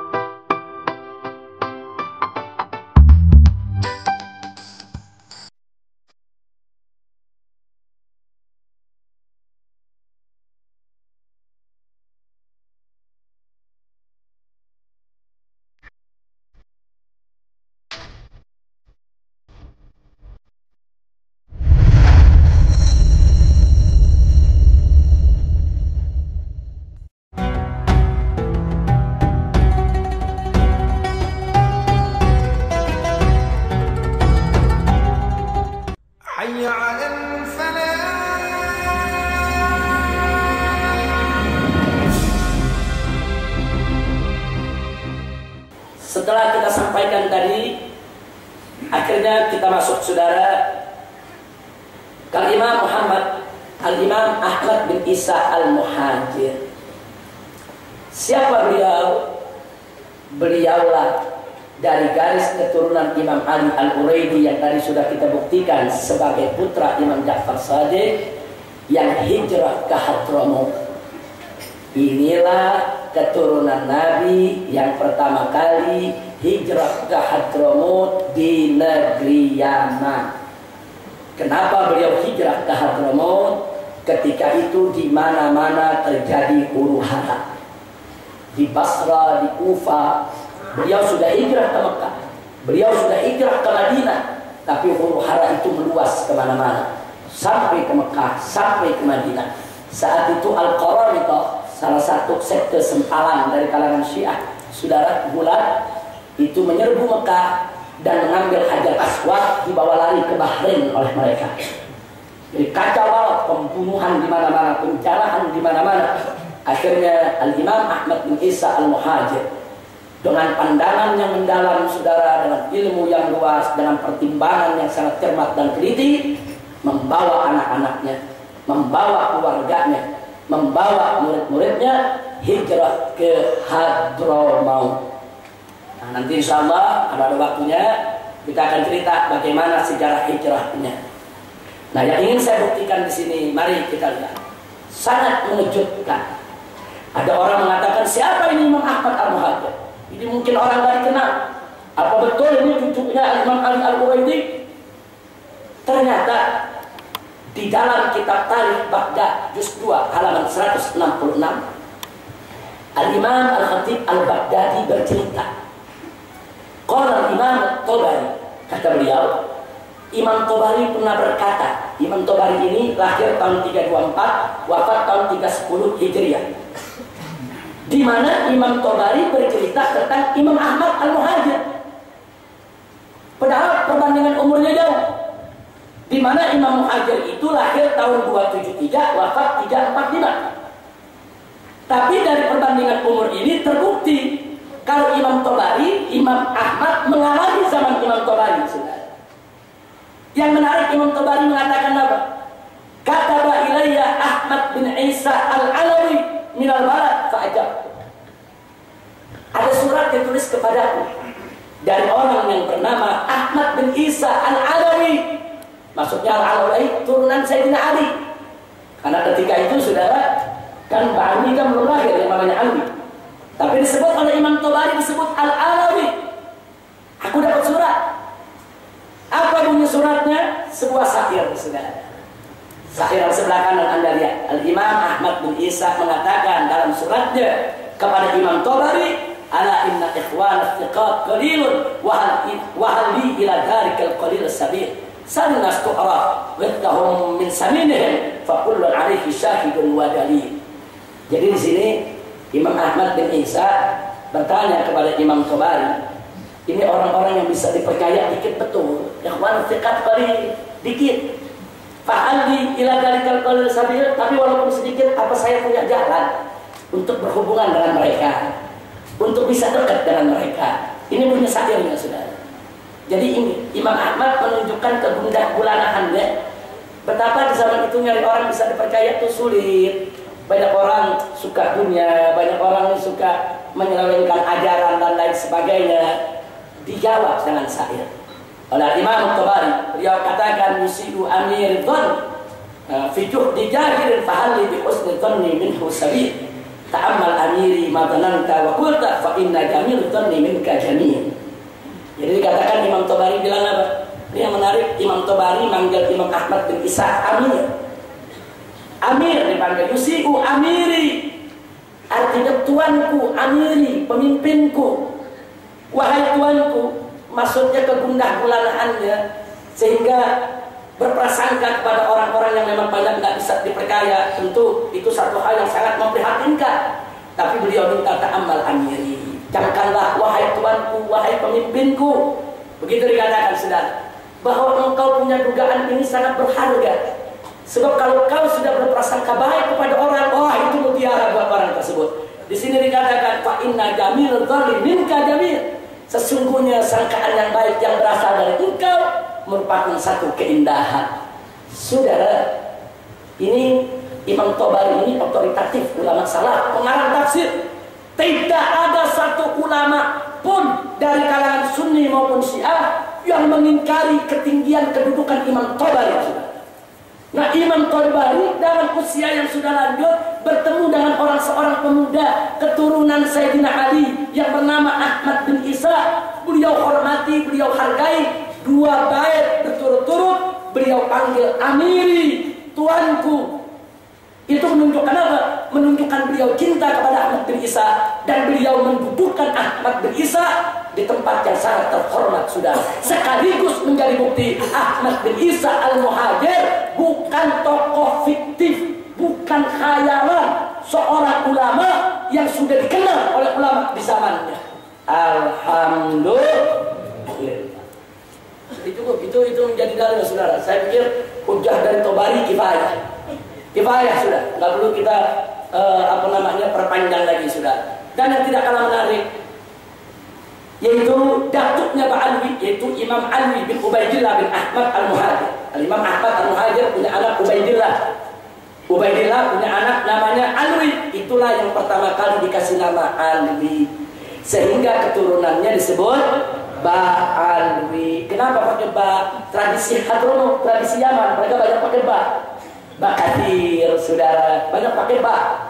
Nah, karena mereka banyak ba, nah ini pun disebut Ba Alwi, maksudnya keluarga daripada Alwi keturunannya. Nah, sekarang kita lihat di sini, saudara, Al-Imam An-Nasabah As-Syekh Muhammad Al-Muhibbi Ad-Dimsyqi dalam kitab Khulasatul Athar juz 1 halaman 74 menyebut nama Alwi, saudara. Jadi bukan hanya nama Ahmad al-Muhajir, nama cucunya disebut. Di sini beliau katakan wa ali Ba'alawi mansubun ila Alwi. Dan keluarga daripada Ba'alwi itu dinisbahkan kepada Alwi. Wa Alwi, dan Alwi ini huwa ibnu Ubaidillah, ibnu Ahmad, ibnu Isa. Jadi disebutkan dalam kitab tafsir, dalam kitab tarikh, saudara, Khulasatul Athar, kitab muktamad, otoritatif, yang sangat muktabar. Bahkan nama cucu daripada Ahmad al-Muhajir disebutkan. Bukan hanya dari garis Ubaidillah, Imam Ahmad al-Muhajir juga punya anak namanya Muhammad, keturunannya banyak di Irak, sudah. Disebut juga oleh Al-Imam An-Nasabah Abul Hasan Al-Ubaidili yang wafat tahun 435 Hijriah dalam kitab Tahdzibul Ansab, di mana beliau menyebutkan, saudara, beliau menyebutkan, ini bukan tentang Fadil Muqaddam, maaf, itu salah. Beliau sebutkan wa Ahmad bin Isa al-Kabir min waladihi Abu Ja'far Muhammad bin Ali bin Muhammad bin Ahmad bin Isa. Jadi ternyata Ahmad bin Isa punya anak namanya Muhammad. Salah satu keturunannya imam besar di Hijaz, namanya Imam Ahmad bin Isa al-Akbar. Itu salah satu keturunan daripada Ahmad al-Muhajir. Keturunan mereka nggak ke Indonesia, saudara. Yang ke Indonesia itu yang tadi, yang dari Ubaidillah, saudara. Jadi Anda bisa lihat di sini tercatat dalam sejarah, nggak bisa dipungkiri. Mau dihapus dari mana itu buku? Ada bukunya udah ratusan tahun. Ini meninggalnya ya tahun 435 Hijriah, 1000 tahun yang lalu itu buku udah ada. Alhamdulillahirabbil alamin. Baik. Dari situ kita lihat, saudara, akhirnya perlu kita ketahui, ini yang nanti akan dibahas dengan panjang lebar oleh Habib Ali Zainal Abidin, bahwa dari yaitu keturunan Ubaidillah putra daripada Imam Ahmad yaitu Al-Muhajir, itu nanti ada yang bernama Imam Muhammad Shahib Mirbat yang meninggal tahun 556 Hijriah. Inilah datuknya Alawiyin, Ba'alwi, Habaib yang ada di Nusantara, Indonesia, selatan Thailand, selatan Filipina, Brunei, Singapura, Malaysia, semua Ba'alwi datuknya dari Al-Imam Muhammad Shahib Mirbat. Beliau punya putra, ada di sini keturunannya ada 2. Yang satu Al-Imam Ali, yaitu ayah daripada Al-Faqih Al-Muqaddam, dan Al-Imam Alwi, paman daripada Al-Faqih Al-Muqaddam. Al-Imam Ali, saudara, dengan Al-Imam Alwi, putra daripada Muhammad Shahib Mirbat, ini keturunannya, kalau saya lihat catatan Habib Ali Zainal Abidin yang dikirim ke saya lewat email, tidak kurang dari 149 leluhur Alwi, 149 marga kalau orang Indonesia bilang, saudara. Di antaranya dari Al-Imam Ali itu ada keturunan As-Segaf, Al-Idrus, bin Syahab bin Syekh Abu Bakar Al-Attas Al-Hamid dan seterusnya. Nah kemudian dari Amr Fadi, yaitu dari Al-Imam Anwi, saudaranya, itu ada Al-Haddad, ada bin Smith, ada Basurrah, ada Ba'bud, ada Bafarai, ada Bafadi, dan sebagainya. Ini nanti Al Zainal Abidin lebih paham. Untuk yang ke bawah, sudah beliau pakarnya di bidang ini. Saya cuma memperkenalkan saja sedikit. Beliau punya catatan yang saya terima di 149. Itu baru yang dari garis ini aja, belum dari yang Sayyidina Hasan, belum dari turunan-turunan lain, saudara. Oh luar biasa banyaknya. Nah kemudian dengan data-data ini saudara, nanti kita lihat di tangan Habib Ali Zainal Abidin ada bukti-bukti otentik pencatatan nasab yang turun-temurun. Kalau tadi saya cerita ulama-ulama tahun 300-an, tahun 400-an, lalu muncul pertanyaan, lalu anak-anak yang turun setelahnya, ulama mana yang nulis? Nah itu nanti akan disampaikan oleh Habib Ali Zainal Abidin. Yang kedua, saya tambah satu, Imam Abdullah Al-Idrus, saudara. Al-Idrus yang wafat tahun 864. Kenapa saya pilih Imam Abdullah Al-Idrus? Kenapa bukan datuk saya saja bin Sahab, As-Syekh Ali bin Abu Bakar Sakran? Nah, biasanya kalau bin Sahab fanatik begitu tuh Habib Ali. Kenapa bukan saya ambil Habib Umar bin Abdurrahman Al-Attas? Saya punya ibu dari Al-Attas. Kenapa saya nggak ambil dari yang lain? Kenapa Habib Abdullah Al-Idrus saya cantumkan? Sebab nama Habib Abdullah Al-Idrus di zamannya harum kasyamsi, dikenal oleh ulama-ulama dunia. Jadi masyhur, bukan mastur. Nah, di antaranya Al-Imam As-Sakhawi yang wafat tahun 902 sudah. Dalam kitab Ad-Durrul Lami, mujallad jilid ke-3, juz ke-5, halaman 16, nomor 55. Beliau menceritakan tentang Al-Habib Abdullah Al-Idrus. Apa beliau katakan? Abdullah bin Abi Bakar bin Abdurrahman Aba Alawi Asy-Syariful Husaini Afifuddin Syekh Hadramut wa Ruhnuha. Ini pengakuan ulama, saudara. Imam Sakhawi, siapa enggak kenal? Ulama hadis, ulama tarikh, saudara. Imam Sakhawi. Beliau katakan bahwa Abdullah bin Abu Bakar bin Abdurrahman Aba Alawi, beliau adalah Asy-Syariful Husaini. Beliau adalah seorang syarif dari turunan Sayyidina Husain Afifuddin. Artinya ini orang mulia betul agamanya, tokoh pemuka agama, orang mulia di dalam agama. Syekh Hadramut, pemimpinnya ulama-ulama Hadramut, wa ruknuha, dan rukunnya. Artinya di sini yang menarik, Al-Imam Sakhawi mengakui bahwa Al-Idrus itu memang ba'alam, memang Syarif Husain. Memang beliau itu turunan daripada Abdurrahman Saddam. Jadi memang ulama mengakui di Hadramut itu bukan mereka larang-larang. Memang mereka asalnya dari Mekah. Masjid-masjid mereka Quraisy semua. Bukan asal mereka dari Yaman, bukan asal mereka dari Hadramut. Cuma mereka turun-temurun di Hadramut untuk menyelamatkan agama. Kemudian Al-Imam Ibn Hajar Al-Haytami, ini faqih dalam mazhab Syafi'i. Siapa yang nggak kenal, saudara?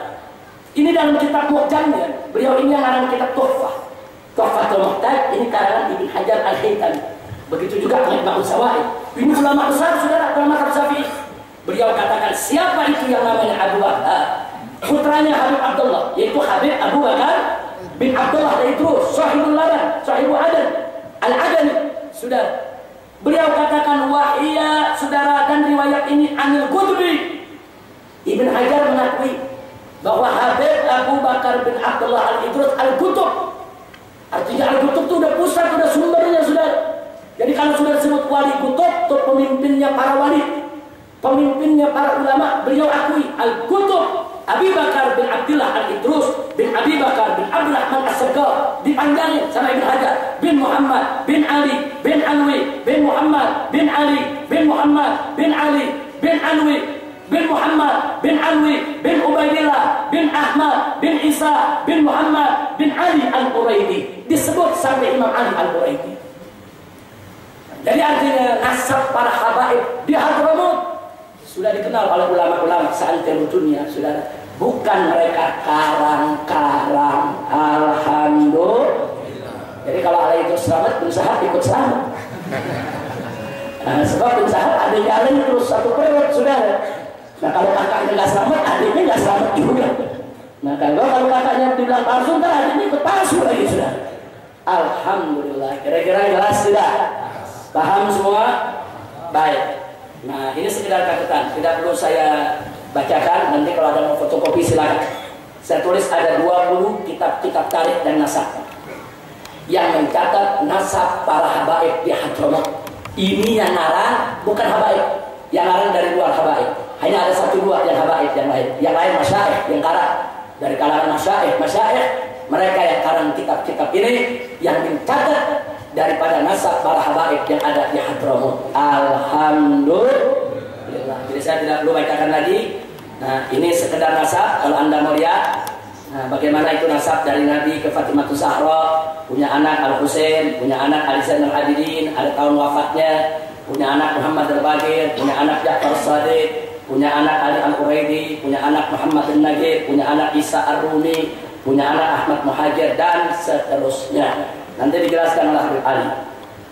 Nah sekarang sebelum saya akhiri, karena waktu akan kita berikan kepada Habib Ali, langsung saja pertanyaannya. Apa sih urgensi ma'rifah nasab? Apa sih pentingnya tahu nasab? Ada 3 sekurang-kurangnya. Yang pertama, ada keterangan dari Nabi bahwasanya orang yang tidak mengakui nasabnya sendiri adalah kufrun. Ini riwayat Bukhari, Muslim dan Ahmad.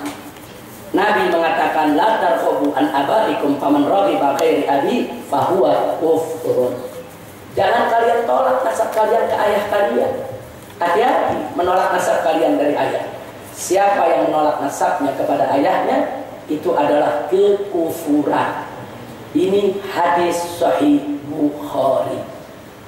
Nah kemudian yang kedua kebalikannya, bagi yang ngaku-ngaku bernasab kepada yang bukan nasabnya sudah. Jadi ada Habib ngaku Habib nomor 1 haram, kufur. Ada turunan Nabi dia nggak mengaku dia turunan Nabi, kufur sudah, nggak boleh dia tolak turunannya. Kalau itu dia turunan Nabi, dia mesti akui dia turunan Nabi. Begitu juga sebaliknya, kalau ada bukan turunan Nabi, ngaku-ngaku turunan Nabi, mal'un, dilaknat. Nah, ini riwayatnya riwayat Ibn Majah. Saudara Nabi mengatakan man intasaba ila ghairi abi, dan siapa yang menasabkan dirinya kepada bukan selain ayahnya, saudara, fa'alaihi laknatullah wal malaika wan nasi ajma'in. Maka dia dapat laknat dari malaikat, kutuk laknat dari Allah, kutukan dari malaikat dan seluruh umat manusia. Gak boleh. Maka itu yang bukan Habib jangan ngaku Habib, yang bukan turunan Nabi jangan ngaku turunan Nabi. Nah ini urusan ini saya punya problem besar. Ini wartawan-wartawan semua pengurus FPI disebut Habib. Iya, sampai Kiai Misbah disebut wartawan Habib Misbah, Habib Misbahul Anam, Habib Sobri Lubis. Nah tinggal habaib ada kebingungan kapan Lubis jadi Habib. Akhirnya saya yang diprotes. Padahal nggak ada pengurus FPI yang ngaku-ngaku Habib, nggak ada. Ya Kiai Misbah ya Kiai, Ustaz Sobri ya Ustaz, ada Ustaz Awid ya Ustaz. Cuma nih wartawan kalau lihat FPI udah Habib, udah. Masya Allah, ntar kadang-kadang ada Al Simalakama disebut Habib juga. Jadi ini sekaligus klarifikasi saudara, jangan, nggak ada. Jadi nggak semua pengurus FPI itu Habib. FPI ini bukan lembaga nasab, bukan. FPI ini bukan ahli nasab. Ahli nasab ada orangnya, lembaga nasab ada tempatnya. Nah mereka yang lebih tahu. Nah cuman memang di FPI mereka yang nasabnya sudah sabit disepakati oleh para ahli nasab, wajib untuk kami akui dia sebagai Habib. Dan bagi mereka yang disepakati oleh ahli nasab bahwa dia dusta, dia bohong, nasabnya palsu, maka FPI wajib menolak nasab dia sudah. Nggak boleh diakui, haram. Yang begini nggak boleh jadi pengurus di FPI sudah. Kalau dia sudah berani berbohong kepada Allah dan Rasulnya, bagaimana kepada perjuangan? Jangan. Tapi ada model ketiga, ini bukan bidang FPI. Orang yang nasabnya diperselisihkan.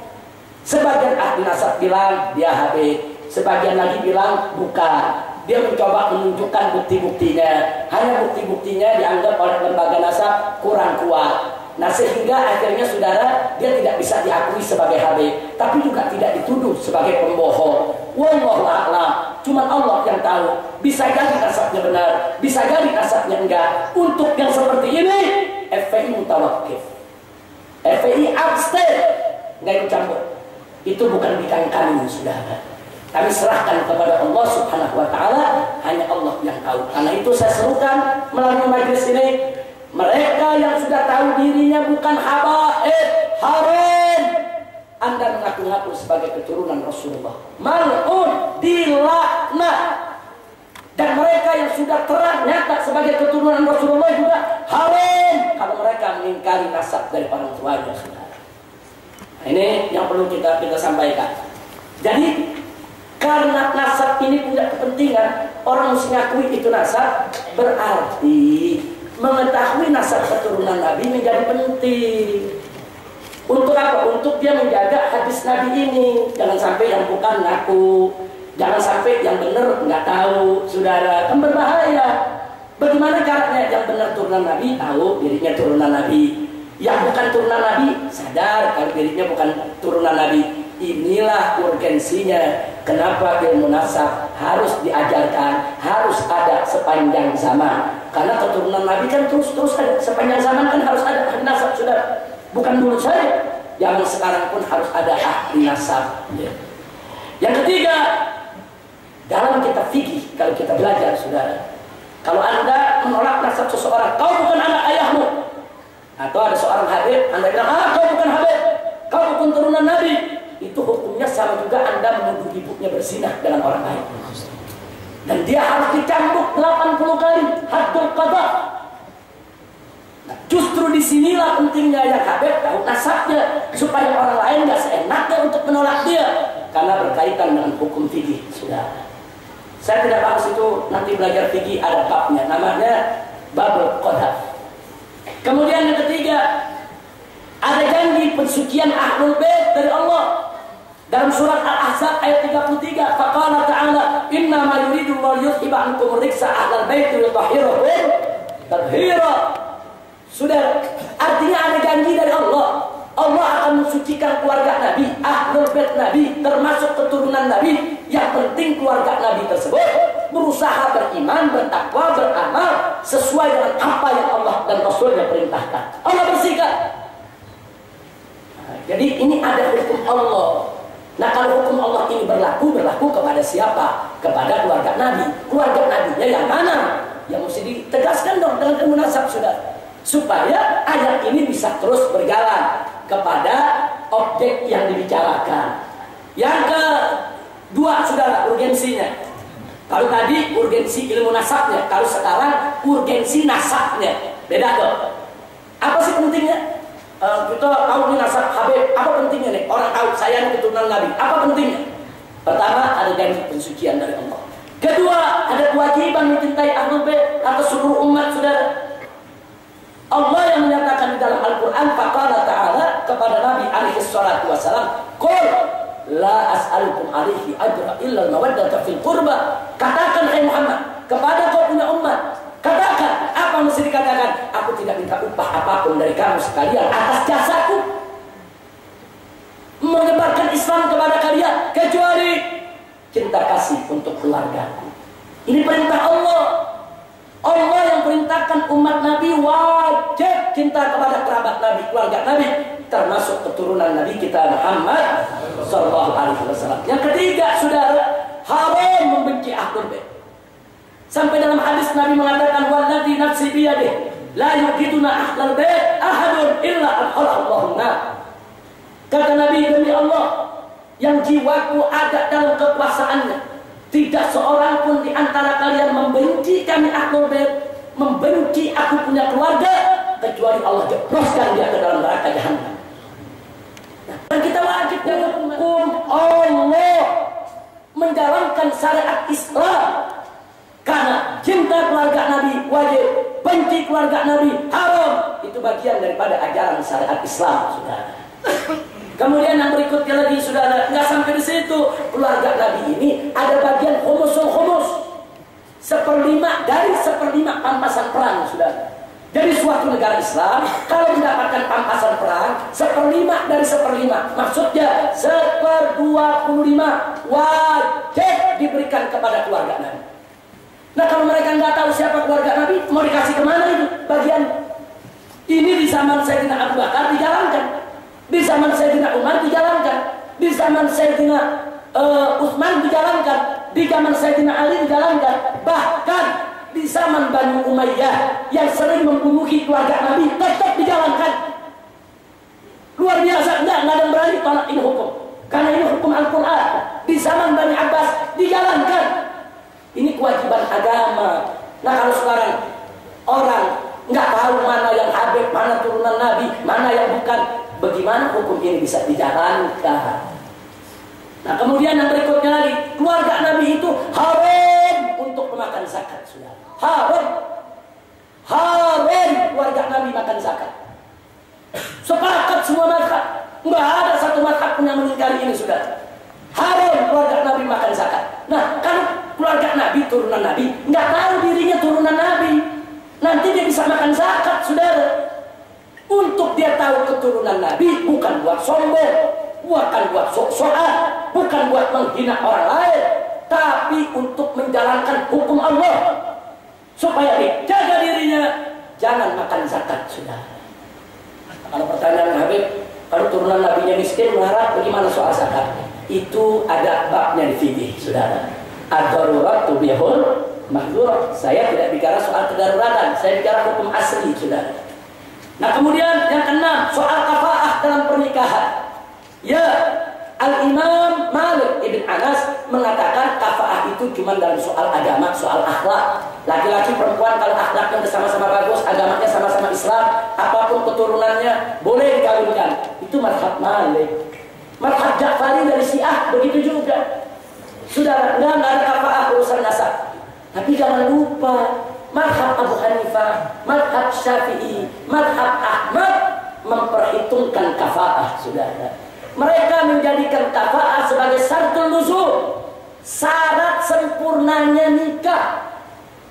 Ini 3 mazhab mengatakan bahwa kafaah di mana seorang perempuan turunan Nabi tidak sebanding, tidak setingkat dengan laki-laki yang bukan turunan Nabi, sehingga mereka tidak sekufu. Kalau dikawinkan maka tidak sempurna. Untuk sempurna syaratnya berat. Apa syaratnya? Seluruh wali mesti setuju. Ini mazhab yang 3, saudara. Bahkan salah satu fatwa dalam mazhab Imam Ahmad bukan syaratul nuzul, syaratul sihah, syarat sahnya nikah. Ada satu fatwa dalam mazhab Imam Ahmad, kalau seorang perempuan turunan Nabi yang menikah dengan laki-laki yang bukan turunan Nabi, walaupun sudah direstui, diridhoi walinya, tetap tidak sah. Saya di sini, saudara, tidak ingin bicara mana pendapat yang benar, mana pendapat yang kuat. Bukan itu. Saya hanya ingin menunjukkan kepada Anda, ini ada persoalan hukum. Kalau dalam mazhab Imam Malik memang tidak ada masalah. Dia tahu dirinya syarifah atau bukan syarifah. Dalam mazhab Malik mungkin tidak ada masalah dalam persoalan kawin. Dalam mazhab Ja'fari tidak ada masalah. Tapi dalam mazhab Abu Hanifah, Syafi'i dan Ahmad ada masalah. Walaupun masalahnya tidak sampai ke tingkat haram. Tapi dalam salah satu fatwa dalam mazhab Imam Ahmad, justru masalahnya sampai ke tingkat haram. Dan fatwa ini justru yang dipakai oleh mayoritas ulama habaib yang ada di Hadramaut, saudara, sampai hari ini. Nah kita mesti hormati dong perbedaan pendapat. Nah kan masih banyak ulama-ulama Hadramaut yang mengharamkan itu. Hormati, hargai. Kalau mereka haramkan, bukan mereka menghina bangsa orang. Kalau mereka haramkan, bukan mereka mengkasta-kasta umat Nabi, bukan. Ini persoalan fikih. Mereka mengharamkan bagi yang ikut, saudara, pendapat yang haram, yang jangan dikawinkan. Serah itu pada bukan sayyid. Tapi bagi yang ikut mazhab Imam Malik, mereka punya hak untuk mengawinkan anak mereka kepada tidak sekufu, saudara. Itu hak mereka. Enggak boleh juga kita tuduh, oh dia kafir, oh dia murtad, oh dia masuk neraka. Enggak boleh. Ini ikhtilaful fuqaha. Perbedaan fikih, bukan perbedaan akidah. Nah, ini kadang-kadang suka kelewatan, saudara. Kita berbeda pendapat sama orang kan nggak apa-apa. Nah karena itu terlepas Apakah itu mazhab Malik, mazhab Ja'fari, mazhab Abu Hanifah, mazhab Hambali, mazhab Syafi'i, atau mazhabnya para habaib di Hadramut. Terlepas dari itu semua, walaupun mereka berbeda, mereka semua sepakat yang paling ideal seorang wanita menikah dengan yang sekufu dengannya. Semua sepakat, nggak ada perbedaan ideal. Soal halal haram mereka berbeda, tapi soal ideal mereka sepakat. Yang ideal yang sekufu. Kenapa? Untuk menjamin keharmonisan rumah tangga. Saudara, ada anak pejabat, menteri kaya raya, miliuner, anaknya dibawa lari sama tukang beca. Saya tanya, keluarganya dipermalukan tidak? Dipermalukan. Apa boleh kita mempermalukan orang, saudara? Enggak boleh. Kalau keluarga tadi menolak si tukang beca jadi mantu, itu hak dia selama dia tidak menghina si tukang beca, saudara. Hak, memang tidak sekufu anaknya dikawinkan dengan yang nggak punya apa-apa. Anaknya belajar profesor, doktor, dari keluarga keraton, saudara. Wah, dididik luar biasa, tata keramanya tinggi. Kawin sama tukang beca yang nggak sekolah, yang ngomongnya siaran, babi, anjing. Masuk ke dalam keraton, saudara, yang ngomongnya pakai tata krama. Ini jadi problem sosial, saudara. Kalau dia kawin, ini bisa merusak tatanan kearifan lokal yang ada. Jadi tolong hargai perbedaan pendapat. Kira-kira jelas tidak? Nah, karena ada urusan kafa'ah, apapun pendapatnya, mengetahui nasab menjadi urgen, saudara, bagi umat Nabi Muhammad Sallallahu Alaihi Wasallam. Nah, kemudian yang lainnya hak imamah. Nabi dalam hadis sahih mengatakan an-nasu tabi'un li Quraisy. Manusia itu mesti ikut Quraisy. Makanya dulu khulafaur rasyidin Abu Bakar, Umar, Utsman, Ali radhiyallahu anhum semuanya Quraisy. Bani Umayyah semuanya Quraisy. Bani Abbas semuanya Quraisy, saudara. Kenapa dulu para ulama mendukung pemerintahan Quraisy? Walaupun kadang-kadang itu pemerintahan ada diktator, saudara. Kenapa? Karena ada hadis ini, an-nas tabi'un li Quraisy. Semua umatku manusia ikut aja udah sama kepemimpinan Quraisy. Belum lagi ada hadis yang Nabi mengatakan qaddimu Quraisy wa la tuqaddimu alaihim. Utamakan yang Quraisy. Jangan kamu mendahulukan mereka. Ini hukum agama. Soal apakah ini wajib, apakah ini sunnah, itu perdebatan fikih, saudara. Saya hanya menunjukkan persoalan nasab keluarga Nabi ada kaitan dengan hukum Islam. Yang kedelapan, Ahlul Bait itu pusaka Nabi. Dalam hadis riwayat Muslim, Nabi mengatakan, taraktu fikum mustaqalain kitabullah wa itrati ahli baiti. Kata Nabi, aku tinggalkan dua peninggalan yang maha berat di antara kalian. Yang pertama kitabullah, yang kedua adalah itrahku, keturunanku sebagai ahlul baitku. Ini hadis sahih. Ada beberapa hadis bunyinya seperti ini. Hanya ada satu hadis riwayat Hakim yang mengatakan kitabullah wa sunnati. Dan itu sudah divonis oleh banyak ulama hadis yang mengatakan kitabullah wa sunnati dhaif. Yang sahih adalah kitabullah wa itrati ahli baiti. Kalaupun kita mau ambil dua-duanya, sebagaimana ditawarkan oleh Imam Suyuti, ambil aja semua hadis sahih. Artinya Nabi meninggalkan Al-Quran, di samping Al-Quran ada As-Sunnah yang menjelaskan isi kandungan Al-Quran. Itu yang pertama. Yang kedua, Nabi meninggalkan keluarganya, keturunannya untuk menjaga Al-Quran dan As-Sunnah. Jadi perang habaib itu mesti jaga Quran dan Sunnah, mesti bela Quran dan Sunnah. Habaib nggak boleh diam kalau Al-Quran dan As-Sunnah diganggu oleh siapapun, sudah. Kenapa? Karena mereka penjaganya. Nabi yang katakan, aku tinggalkan dua peninggalan maha berat. Kalau kalian mengikuti mereka, kalian selamat. Satu Al-Quran, dua adalah keturunanku dan keluarga. Nah, jadi sekali lagi, makanya para habaib ini hati-hati. Menjadi seorang habib itu bukan enak, berat. Anda berbuat salah, dosa Anda bisa 2 kali lipat. Anda berbuat baik, pahala Anda juga 2 kali. Loh, kenapa? Sebab kalau Anda berbuat dosa, 1 dosa buat kelakuan Anda, 2 dosa untuk karena Anda mempermalukan daku Anda Nabi Muhammad Sallallahu Alaihi Wasallam. Begitu juga kalau Anda berbuat baik, 1 untuk pahala kebaikannya, 1 lagi pahala karena Anda menjaga kemuliaan kehormatan daku Anda Sayyidina Muhammad Sallallahu Alaihi Wasallam. Dan yang ke-9, kenapa nasab habaib ini mesti dijaga, wajib dijaga? Sebab nanti Imam Mahdi datang dari mereka, sudah. Kalau nasabnya rusak, nasabnya hancur-hancuran, nanti orang hari kiamat nggak percaya. Ini bagaimana ada turunan Nabi? Udah mau kiamat masih ada turunan Nabi aja. Orang bisa ingkari kalau nasabnya nggak jelas, saudara.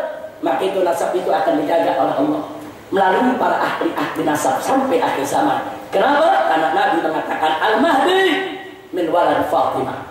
Sebagaimana riwayat Ibnu Majah, Imam Mahdi adalah turunan Fatimah Zahra. Nah, itu yang saya mau sampaikan. Kira-kira jelas tidak? Kesimpulan, satu, keturunan Fatimah adalah keturunan Rasulullah SAW. Dua, keturunan Sayyidina Hasan dan Sayyidina Husain tidak habis dalam tragedi Karbala.